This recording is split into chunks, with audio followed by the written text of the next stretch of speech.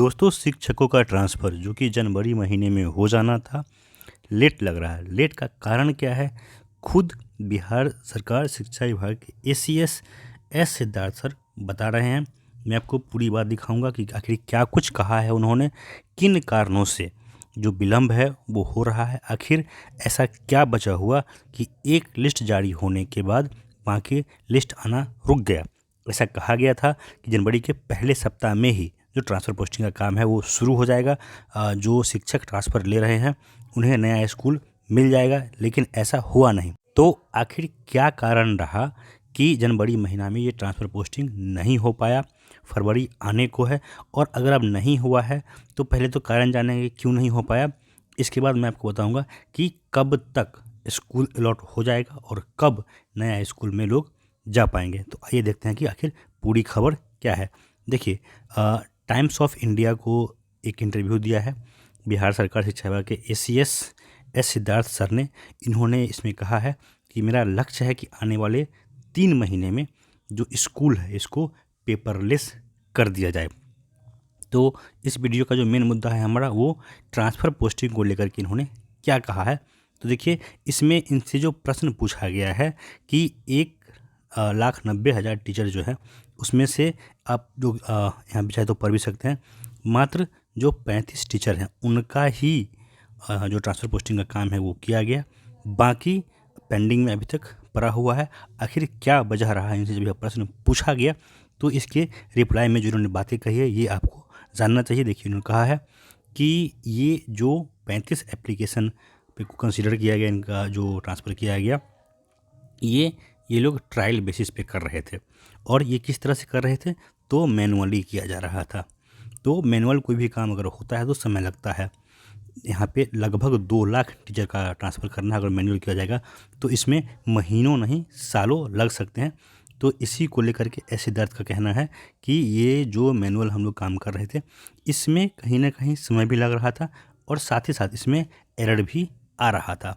तो इस समस्या को दूर करने के लिए इन्होंने क्या किया है कि पूरे सिस्टम को ऑनलाइन कर दिया। ये मैं नहीं कह रहा हूँ, ये एस सिद्धार्थ की तरफ से कहा गया है। इसके बाद आगे इन्होंने कहा है, अगर आप पढ़ सकते हैं तो पढ़ें, नहीं तो मैं आपको सिंपल भाषा में बता दूं कि इन्होंने कहा है कि जितने भी लोगों ने अप्लाई किया है ट्रांसफ़र के लिए उसको हमने 3 पार्ट में डिवाइड कर दिया है। पहला पार्ट है अर्जेंट बेसिस पे जो लोग ट्रांसफ़र चाह रहे हैं, दूसरा जो पार्ट है हस्बैंड वाइफ के आधार पे जो लोग ट्रांसफ़र चाह रहे हैं, और तीसरा है दूरी के आधार पे जो लोग ट्रांसफ़र चाह रहे हैं।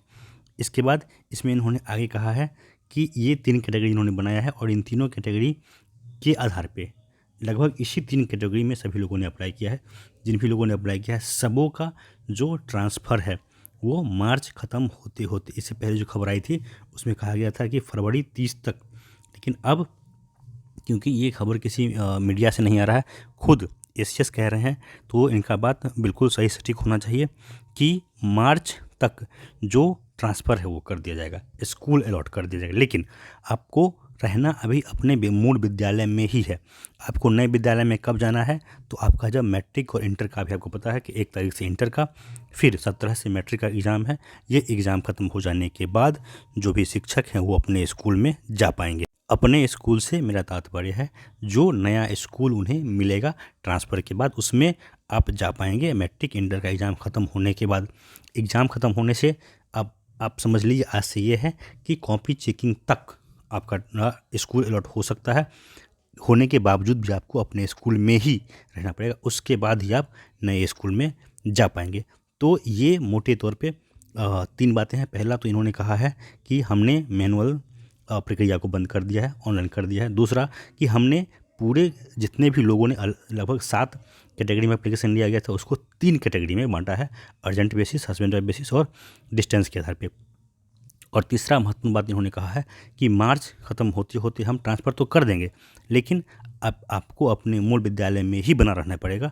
आप अपने नए विद्यालय में जा पाएंगे मैट्रिक इंटर का एग्ज़ाम का जो प्रक्रिया है वो पूरी तरह से जब समाप्त हो जाएगा इसके बाद। लेकिन यहाँ पे आशंका एक है जो कि आप लोगों को भी हो रहा होगा और मुझे भी है कि ये प्रक्रिया ख़त्म होने के कुछ समय के बाद ही, आप लोगों को पता है कि बिहार में विधानसभा का चुनाव है, अगर आचार संहिता लग गया, चुनाव की प्रक्रिया शुरू हो गई, तो फिर ये ट्रांसफ़र होने के बाद भी पोस्टिंग होने में समय लंबा लग सकता है।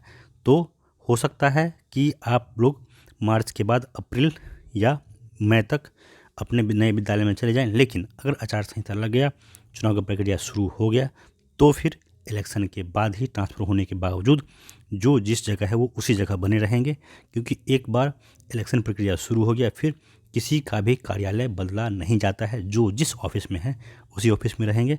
पूरी तरह से इलेक्शन ख़त्म हो जाने के बाद फिर आप लोगों का ट्रांसफ़र किया जाएगा। ट्रांसफ़र मतलब आप लोग को नया स्कूल अलॉट किया जाएगा। यहाँ भी दो संभावना बन के आता है। सेम गवर्नमेंट अगर आती है तो प्रक्रिया एज इट इज़ आगे बढ़ जाएगा, लेकिन अगर सरकार चेंज हो गया इसके बाद फिर ट्रांसफ़र का भविष्य कहाँ जाता है, ये तब समझ में आएगा कि नई गवर्नमेंट किस रास्ते आगे बढ़ाती है इस प्रक्रिया को। हो सकता है पुराने गवर्नमेंट का फैसला बदल भी दे, या भी ये भी हो सकता है कि उसी को आगे बढ़ाया जाए।